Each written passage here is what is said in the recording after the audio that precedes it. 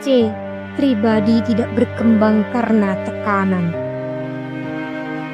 Kerasnya didikan orang tua merampas kemerdekaan anaknya. Kurangnya tanggung jawab seorang guru saat mengajar.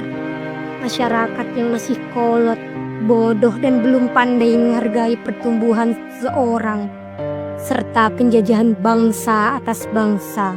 Semuanya itu dan beberapa sebab yang lain menghalangi tumbuhnya pribadi. Bersyukurlah kita tidak terjajah lagi. Satu penyakit yang menjadi pangkal dari banyak penyakit yang lain telah terhindar. Akan tetapi sisa penjajahan jiwa masih melekat dan sukar mengikisnya. Misalnya, dua perkara yang besar. Pertama, kebelanda-belandaan. Dan kedua, pergaulan kolot. Dua hal itu masih memengaruhi sebagian besar masyarakat.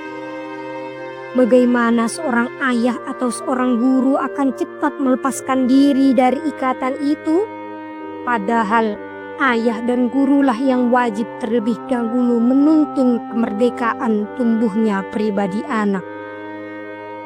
Ayah dan guru belum berani menentang pendapat umum dan sulit melepaskan diri dari pengaruh didikan sendiri. Sebab itu, pikiran dan pandangan hidupnya lah yang hanya dapat dialirkan kepada putra dan muridnya. Didikan selama ini hanya menurut, berpikir dengan pikiran orang lain, dan tidak berani atau tidak sanggup menyatakan pendirian sendiri. Selama masa penjajahan, bangsa yang menjajah berusaha menekan pribadi kita supaya tidak tumbuh. Diberinya kita ilmu, tetapi keberanian kita dihambat. Sampai kepada hal yang terkecil menimbulkan kesan semakin lama semakin masuk ke dalam pikiran kita, bahwa kita tidak sanggup dan tidak mampu mendapatkan sesuatu. Meskipun bangsa kita telah diberi banyak gelar, Arts, Mister, Doktor, Insinyur, dan lain-lain. Dalam pemberian pangkat yang bertanggung jawab, bangsa kita tidak mendapat kepercayaan. Setinggi-tingginya pangkat bangsa Indonesia adalah Regent atau Demang. Walaupun tua dan banyak pengalamannya, dia tidak dapat membatasi kedudukan seorang kontelir. Kelihatanlah di kantor-kantor orang-orang yang telah kehilangan pribadi dan kehilangan cita-cita. Suburlah jiwa budak yang cita-citanya hanyalah pensiun di hari tua. Untuk itu dia bersedia menerima kehinaan dan tekanan. Jiwa rakyat yang telah sangat menderita itu niscaya akan muncul pribadi-pribadi besar yang sanggup mencabik dan merobek segala dinding yang mengurungnya. Pribadi yang besarlah yang dapat menimbulkan kebangsaan dan keteguhan bangsalah yang dapat memupuk pribadi. Negara dan bangsa yang merdeka juga dapat menumbuhkan kemerdekaan pribadi. Orang menerima pembagian pekerjaannya dengan rela, biarpun dia menjadi supir, tukang becak, penjual sayur, tidak dirasakan ada manusia yang menekannya. Segala kewajiban itu akan dilaksanakan dengan penuh tanggung jawab. Dia yakin bahwa pekerjaan yang lain tidak akan selesai sekiranya pekerjaan itu tidak selesai pula. Dia adalah anggota dari satu bangsa besar dan kumpulan segenap pribadi. Itulah yang menjelmakan pribadi bangsa. D. Pribadi bangsa dan pribadi individu. Kelemahan dan kekuatan pribadi bukan saja tampak pada individu, bahkan tampak juga pada satu bangsa. Setiap bangsa mempunyai sisi yang kuat dan sisi yang lemah dari pribadinya. Pribadi bangsa Jerman terkenal karena kehidupannya yang suka kepada kemiliteran dan disiplin. Demokrasinya pun berhubungan dengan orang tua.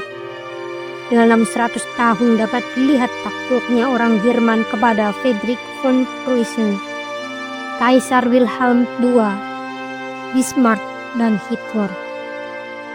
Pribadi bangsa Perancis agak romantis, banyak menaruh harapan dan kaya dengan hayang.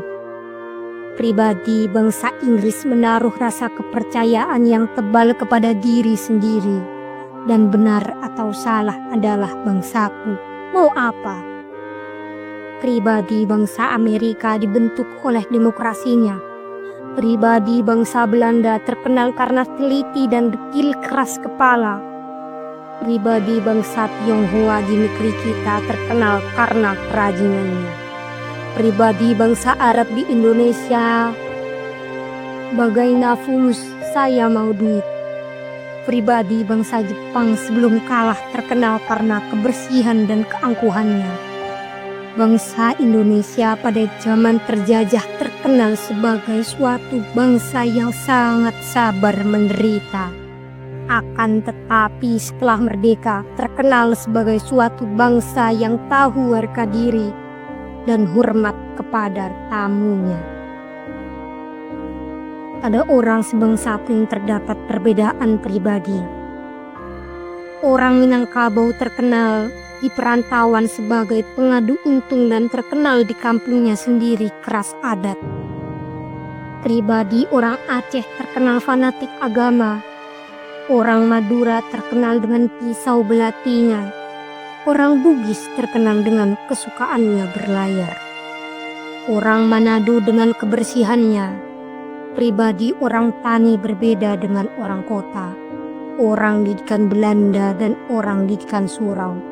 Orang yang kaya karena usaha sendiri di masa tenang berbeda pribadinya dengan orang kaya karena memperoleh warisan besar. Pribadi individu ada beberapa kelebihannya dari yang lain dan ada pula kekurangannya. Soekarno mempunyai pribadi yang penuh daya tarik. Hatta terkenal dengan keadilannya. Syahrir terkenal dengan senyumnya yang mempunyai 1000 arti. Haji Agus Salim dengan pribadinya yang tetap muda walaupun tubuh sudah tua. Dengan mendengar satu nama saja, kita kenal kemana condong pribadinya. Ada pribadi yang selalu terkemuka dan ada pribadi yang kesukaannya hanya jadi ekor, bukan jadi kepala. Ada pribadi tuan dan ada pribadi penjunjung duli. Pribadi bukan kepunyaan suatu bangsa atau satu golongan. Terkadang seorang individu bisa mempunyai 2 pribadi sekaligus. Charles Chaplin mempunyai pribadi yang jauh berbeda dengan pribadi Charlie Chaplin dengan kaki pengkar, kumis pendek dan celana besar, padahal orangnya sama. Terkadang sangat terasa perbedaan pribadi jika orang dari suatu golongan bergaul dengan orang dari golongan yang lain. Semuanya mempunyai kesukaan sendiri, cara sendiri, pikiran sendiri, dan kebiasaan sendiri.